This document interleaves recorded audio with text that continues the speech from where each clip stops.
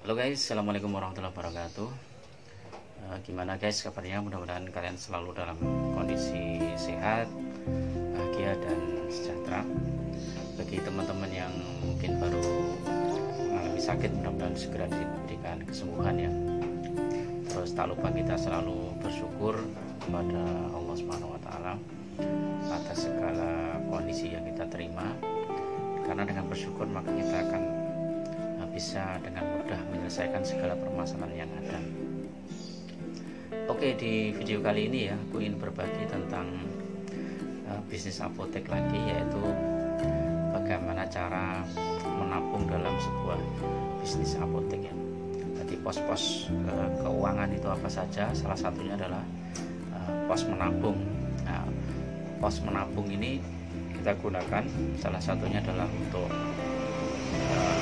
backup usaha kita pada saat kondisi mungkin sedang terpuruk, maka kita masih punya cash yang bisa untuk membackup. Oke, kita lanjut ya guys.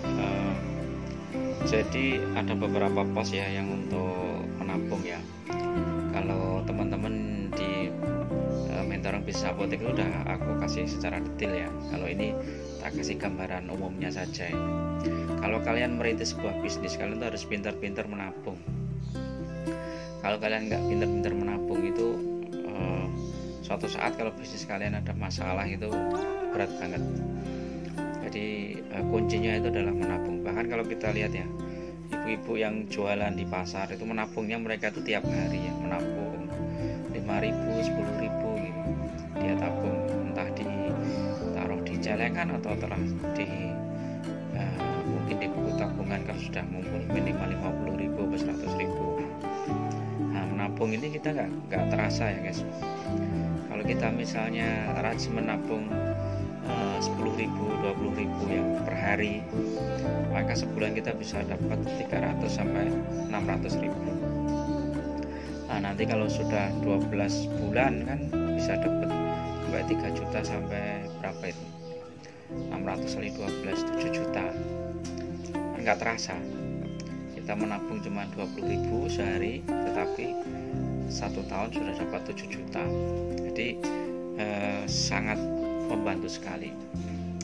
Jadi kalian yang di bisnis apotek ini juga begitu. Pada saat kondisi omset bisnis sedang naik, ya udah usahakan untuk menabung.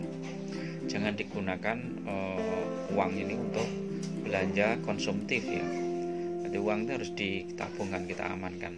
Nah, yang kita tabung itu ya mungkin untuk cadangan inkaso bulan depan, dan juga untuk memang tabungan jangka panjang ya.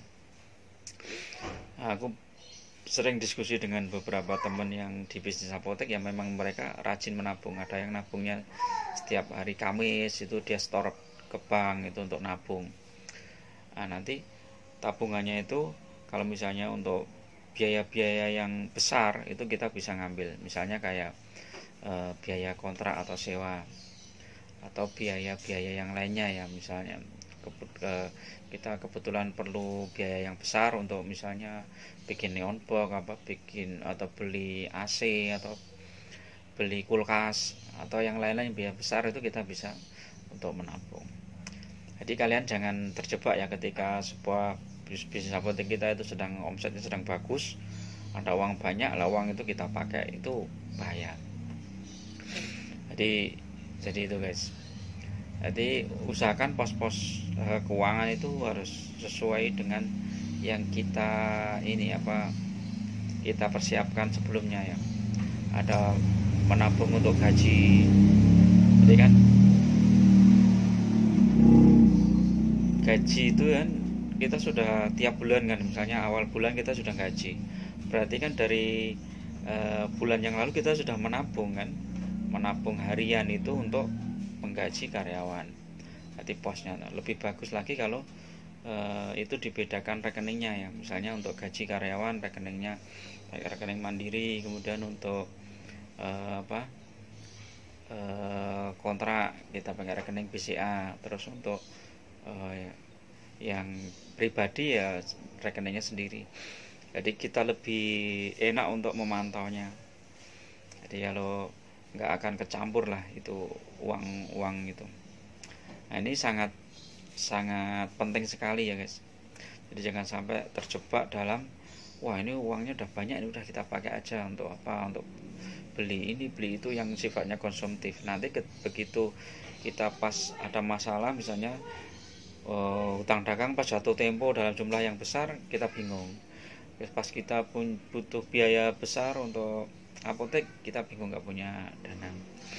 Jadi itu, jadi pastikan ada pos menabung.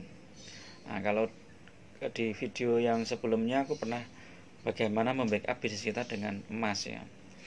Nah, kalau emas itu untuk jangka panjang, paling enggak 3-5 tahun ke depan. Jadi uang itu tidak akan kita ambil untuk jangka panjang ya, paling enggak 3-5 tahun ke depan. Nah, satu bisnis kita itu paling enggak backup emasnya itu ya tergantung omset. Kalau misalnya omset sekitar 100-150 juta, mungkin backupnya cukup ya emas sekitar 50 gram lah, 50 gram atau 60 gram itu sudah cukup.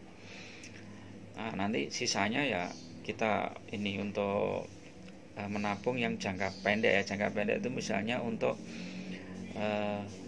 gaji, kemudian untuk apa itu sewa. Dan sewa itu kan biasanya kita ada yang 1 tahun, ada yang 2 tahun, ada yang 3 tahun. Kalau yang sewanya jangka panjang misalnya 5 tahun atau 10 tahun sekali, yaitu perlu juga disiapin untuk nabung. Jadi itu guys, kalian harus pinter-pinter lah ya, pinter-pinter membagi keuangan itu. Jadi misalnya kalau dari omset itu sekitar 20% misalnya margin, kemudian dikurangi biaya. Nah, itu yang profit itu benar-benar yang kita tabung untuk jangka panjang. Jangan semuanya untuk yang jangka panjang, ada yang benar-benar profit bersih itu aja yang hanya untuk jangka panjang.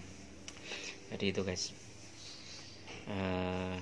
Terus jangan sampai terjebak untuk bisnis konsumtif ya. Misalnya kita merasa omset sudah bagus, akhirnya kita beli properti dengan cicilan, bunga dan lain-lain yang itu justru malah memberatkan likuiditas dari usaha kita.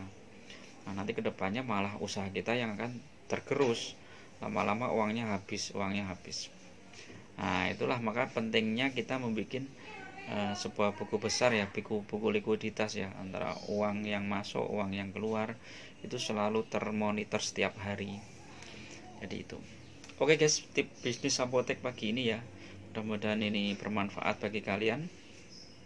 Dan kurang lebihnya aku mohon maaf. Billahi taufiq wal hidayah. Assalamualaikum warahmatullahi wabarakatuh.